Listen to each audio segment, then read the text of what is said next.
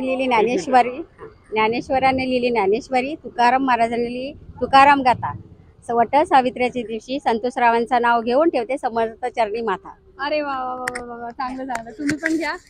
चांदीच्या ताटात चांदीची वाटी, विजयरावांचं नाव घेते तुमच्या सर्वांसाठी. अरे वा, वटसावित्री असेल, वटपौर्णिमा असेल, सगळ्यात मोठा सण हा बायकांचा. त्याच्यामध्ये उखाणा नसेल असं कसं होईल की नाही. हा उखाणा असलाच पाहिजे. आणि वटसावित्री सारखा सण काय म्हणतात दरवर्षी येतो आणि आपण बायका खूप उत्साही असतो. आणि हिमालयाच्या शिखरावर पर्वताच्या राशी आणि आज आनंदरावांचे नाव घेते वटपौर्णिमेच्या दिवशी.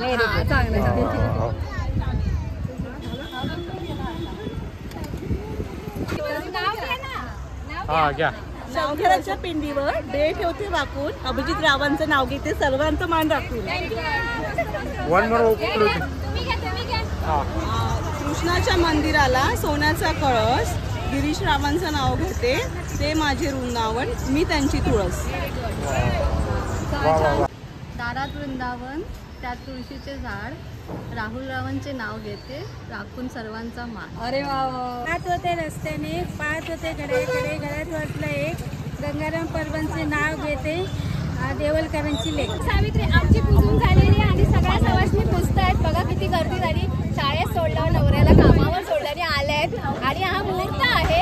आता ह्या मुहूर्ताच्या वेळी आम्ही तर पूजून घेतलाय, तुम्ही पण सगळ्यांनी पूजून घ्या. वटसावित्री साजरी करा, चांगली साजरी करा. आपला दिवस आहे, चांगले नटा थटा. आणि हो, आमचं जाता जाता परब किचन लाईक करा, शेअर करा, सबस्क्राईब करा. सगळ्यांना आमच्याकडनं परब परिवाराकडनं हॅपी वटसावित्री. आणि मी सांगते बघा, 7 जन्म हा पती मिळो न मिळो, पण ह्या जन्मी त्या पतीला चांगलं आरोग्य मिळो ही माझ्या मनापासून माझी इच्छा वडाजवळ. चला आता तुमची काय असेल ती पण मागून घ्या.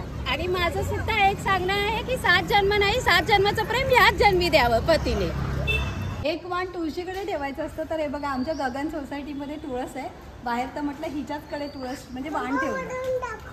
ज्याला नाही वड अवेलेबल आहे ना, तो तुळशीत रोप लावतो, फांदी लावतो आणि तिथेच करतो. घरी जर ज्याला करायची असेल तर, झाडाकडे नाही जायचं असेल.